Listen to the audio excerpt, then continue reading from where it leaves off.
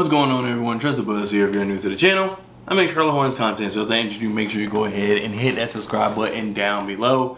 If you cannot tell by the thumbnail title of this video, in today's video we're talking about Charles Lee and his system. So lately there's been a lot of talk about Charles Lee and how bad his system is.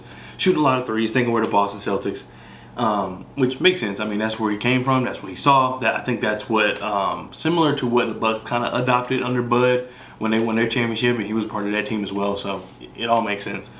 The issue people are having is that he's not changing it, and I say people, I'm part of the people. I'm definitely part of the people.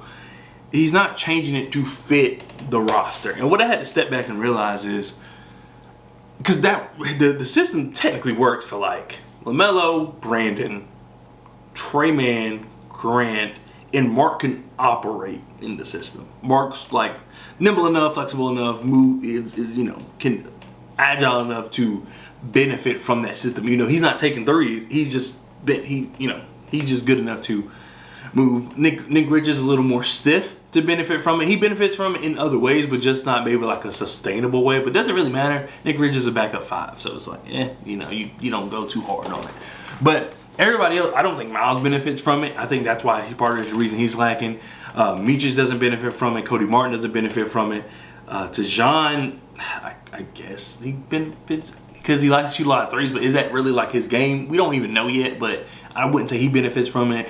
KJ Simpson, I don't think benefits from it.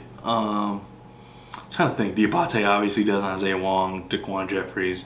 Am I missing anybody? I don't know.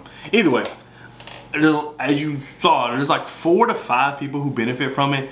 One of them is going to be out for a year and a half in Grant. We don't know if we're going to keep Trey Man. And Mark, like I said, is not. He benefits from it, but it's not like he excels in the system. So really, it works for what, 2.5 players out of 15. So the reason I think that you have to realize this is happening, or the reason he's not changing his system, I'm assuming, is just because of the fact that this is what he's going to do. When the team is good, this is the system he wants to run. I don't think this system is for the Cody Martins. I don't think this system is for the Meecheses. I don't think this system is for Isaiah Wong, like all them guys. I don't think it's for them. I think it's for LaMelo, Brandon, maybe Grant, and even Trey. Man, as much as I said he can kind of work in the system, he's kind of like Mark. I don't think really the system is built for him, but he can operate it. He can flourish in it. I think Grant actually does benefit from the system just because how he plays, but unfortunately he's out for like a year and a half. So yeah, that's kind of where I'm at with it. I think that this is more so I'm going to continue to coach this way for LaMelo and Brandon's sake. Everybody else, I don't even expect, and I'm not saying Charles Lee wants them gone. This is probably more of a conversation with the front office. If I'm Charles Lee, he's probably like, I don't even expect you other guys to even be here to see how the system works out. That's kind of my thought process. What's the point of redoing the system and the season's over? Like, I say this, he was doing this even when we were 0-0. I don't think they were expecting the team to be good this year. I think they may have told us, actually they never even told us they expect. The players told us they wanted to be good this year. That makes sense. If I'm a player, I want to be good, but are you good? Are you good enough? And we are not. So that's part of it. The players can want they can want to be good as much as they want. I'm trying not to say want twice, but whatever. However, if you're not good enough, it doesn't matter. And I think that's kind of the case. So I believe that Charles Lee, and this is not to excuse him from like bad play draws or just having him constantly shoot up threes. I think us with the Bulls are like tied for the most. Both times we played them in the last like 2 weeks, we're tied for the worst 3-point shooting in a game or something like that. I don't remember exact stat, but it definitely shoots us out of games because we don't have the personnel for it. And I've said this. Oh, Seth Curry, I forgot about him. He definitely benefits from it, but Seth Curry's not gonna be around long. So yeah, it's just like we're running the system, but I don't think it's for any of our guys. And I don't think they expected us to be good. And I'm assuming the front office told Charles Lee, look, we're going to get you the pieces you need, but just keep the system. We're worried about our 2 guys. Because we know Brandon's going to be here. We know LaMelo's going to be here, hopefully. So we will handle the rest. You just got to, make sure those 2 guys are brought along and are up to speed. Because they're going to be the ones to lead the new guys, whoever that may be, whoever they may get, and whenever they may get them. Because I don't know when they're going to get them, but I believe that's what's going on. It seems very similar to Steve Clifford in a way, kind of like his situation. Coaching completely different, but their situation. The only difference is kind of the attitude on both sides, the front office and the coach. So with Steve Clifford, and I feel bad for him more and more. Like, as I know I had my own gripes about him. You can go back and look at my old videos. I had my own gripes about Steve Clifford. But I felt as though I was being emotional as a fan in terms of, I just want the team to be good. When he told us every day, we are not good. We are not good enough. Injury, no injury, doesn't matter. We are not good enough to win in this league. He kept saying it. He kept saying it. He kept saying it. And the front office was like, oh, well, I mean, that's not really what you're here for. As much as Steve wanted to win games, the front office really wasn't for that. They were more focused on trying to sell the team, make the team look good and all that. With this situation, oh, I did forget to mention that. For Steve Clifford, it felt as though I cannot do what I need to do because I don't have the players. I don't have the good players to do what I need to do to make this team good.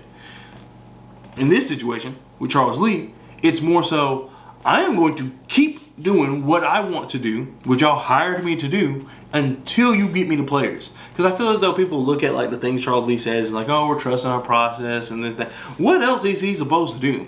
Because like, even if he changed his system,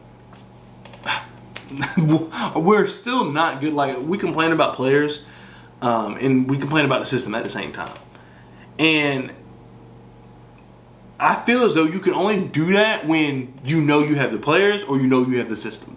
Right now, we don't know if we have either. We don't know if Charles Lee's system is going to work in Charlotte. It's worked in Boston. It worked a little bit in Houston. Not Charles Lee's system, but that 3-point mentality with I think Westbrook and Harden and all them guys.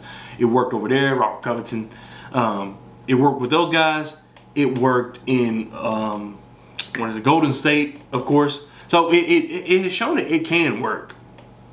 Will it work in Charlotte? We don't know. So that we have an up in the air system, and we have up in the air players. We don't know if I can tell you we're not, but in general, like if you're just thinking about it objectively, we don't know if we're good enough to uphold that system. So you really can't blame either or. Like, I know the players are not good enough to do any system. So I can't really blame the system until I know we have good players. And right now we do not. That's just kind of how I feel about it. Y'all know me. I'm definitely open if you feel otherwise. Once again, this is not to exempt Charles Lee from any criticism. I think that there are criticisms to be had. Some of it can be looked at as first-time coach. Some of it can be like, bro, you just need to know better.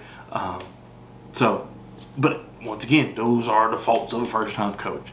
So I'm definitely not sitting here defending Charles Lee or saying that he, get off his back and this, that, and the other. It is what it is. Like, I think that he does make some bad decisions. I more so just want to say, like, the stuff he's saying in these press conferences, that's kind of where I'm like, all right, we can't really blame him for that. Because what else is he supposed to say? Our team is actually not good. Our team is literally not good. So there's not really much he can do as far as the system.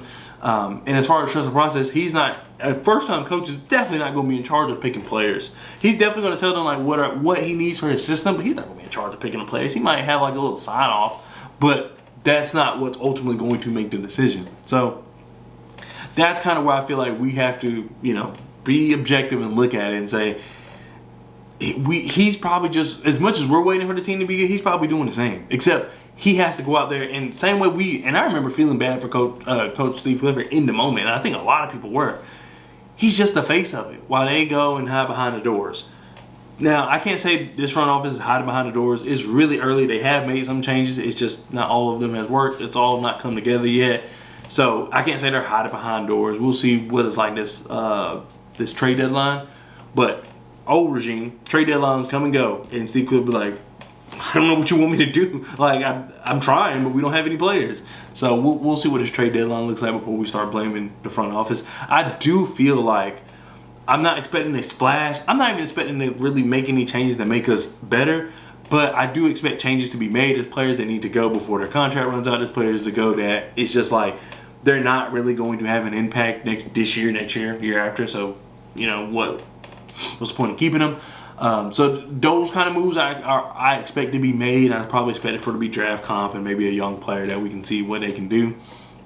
But that has to be done. I don't think that we can, as we previously have, even though different regime, I don't think we can just sit there and be like, oh, we'll just let the season play out and pick up Montrezl Harrell or I can't remember that point guard we got from Indiana.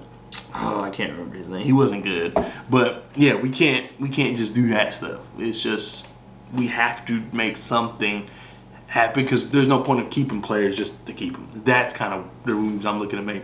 But we'll see. Let me know what your thoughts are down in the comment section below. If you agree with me, cool. If you don't agree with me, cool. I love to hear it all. Like, it's a conversation. It's not me telling you what to think. This is just me giving my opinion. You definitely feel more than free to, you know, say your opinion, and we'll just talk through it. I love talking to y'all in the comments. But anyway, thank you guys for watching. I'll see you guys next time. Peace.